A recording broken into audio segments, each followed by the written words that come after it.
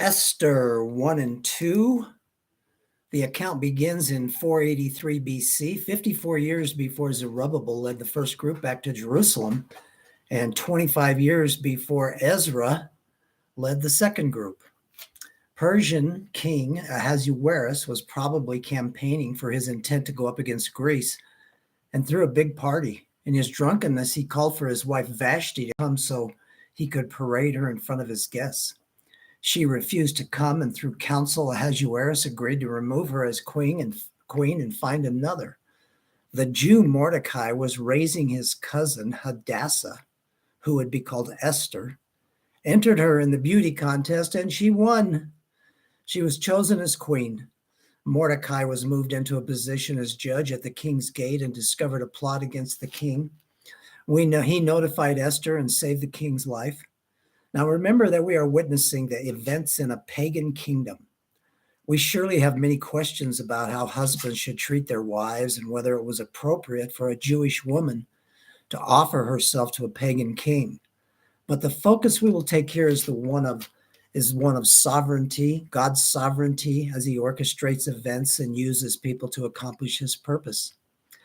God knows he will need a king who will allow Ezra to lead people back to Jerusalem.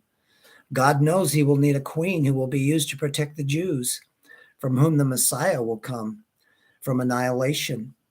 Oh, how omniscient, all-knowing, omnipotent, all-powerful, and wonderful is our God. Acts 5, 1 through 21. Ananias and his wife Sapphira sold a piece of property and then lied about the price they got for it. They kept some of the money and yet apparently fabricated the story that they had given the entire amount to the apostles. Peter makes it clear that they weren't required to give any money, but the problem was that they had lied to try to make themselves look good. Both of them dropped dead. God is in charge here and is making a statement for the purity of his church. Christianity is a relationship and fellowship with Christ, and God reveals his heart regarding those who turn it into something else. Jesus is still the head of the church, and he still has the same heart regarding her purity before him. Great fear came over the whole church. Our God is a holy God, and we should approach him in reverence. He knows our heart and whether we are playing games or not.